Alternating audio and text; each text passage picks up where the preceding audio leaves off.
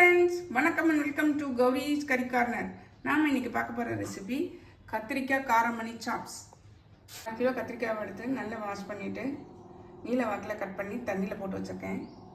ஒரு 1/4 கப்பு காராமணி, வெள்ளை காராமணியை குக்கரில் ஒரு 3 விசில் விட்டு வச்சுருக்கேன்.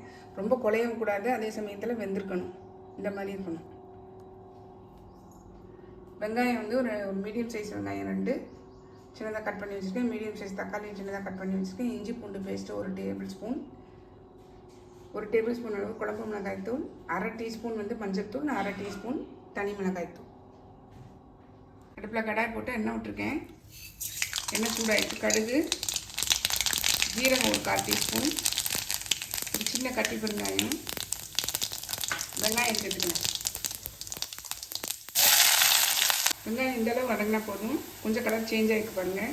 இதில் 1 டீஸ்பூன் அளவு இஞ்சி பூண்டு பேஸ்ட்டு, இஞ்சி பூண்டு பச்சை வாசனை எல்லாம் போயிடுச்சு பாருங்கள். தக்காளி சேர்த்துக்கலாம். 2 தக்காளி வெங்காயம் இந்தளவு வதங்கினா போதும். நம்ம இதில் பார்த்திங்கன்னா குழம்பு மிளகாய் தூள் அது ஒரு 1.5 டேபிள் ஸ்பூன், 1/4 டீஸ்பூன் மஞ்சள் தூள், காரத்துக்கு 1/2 டீஸ்பூன் தனி மிளகாய் தூள். நம்ம இந்த ஸ்டேஜில் கருவேப்பிலையை போட்டுட்டு ஒரு கலரி விட்டுடலாம். இது கூட ஒரு 3/4 டம்ளர் தண்ணி விட்டுக்கலாம். நல்லா அந்த மசாலா குக்காகி எண்ணெய் பிரிஞ்சு வரட்டும்.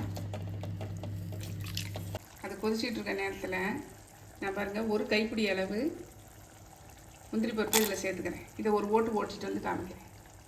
நல்லா அரைச்சிட்டு வந்துட்டேன் பாருங்கள். இது கூட ஒரு பத்தை தேங்காய், அதாவது 1/4 மூடி தேங்காய், அதே நல்லா தண்ணி விட்டு நல்லா பேஸ்ட்டாக அரைச்சிட்டு வரேன். நல்லா எண்ணெய் பிரிஞ்சு வந்துச்சு பாருங்கள். இப்போ நம்ம இந்த அரைச்ச விழுதை இதில் சேர்த்துடலாம். நல்லா கலந்து விட்டுடலாம். ஒரு கொதி வந்த உடனே நம்ம கத்திரிக்காயை சேர்த்துடலாம். உள்ள நல்லா கொதிச்சு வச்சு பாருங்கள். இப்போ நம்ம இந்த கத்திரிக்காயை நீளமாக வெட்டி வச்ச கத்திரிக்காயை இதில் சேர்த்துடலாம்.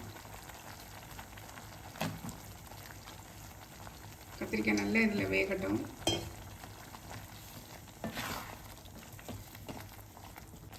கத்திரிக்காய் ஒரு பாதி குக் ஆகிடுச்சு பாருங்கள். நல்லா கிரேவி திக்காகி வந்துருச்சு. நம்ம இந்த ஸ்டேஜில் இந்த காராமணி இருக்கு பாருங்கள், இந்த தண்ணியோடய உள்ளே சேர்த்துடலாம். இதுக்கு தேவையான உப்பு சேர்த்துடலாம்.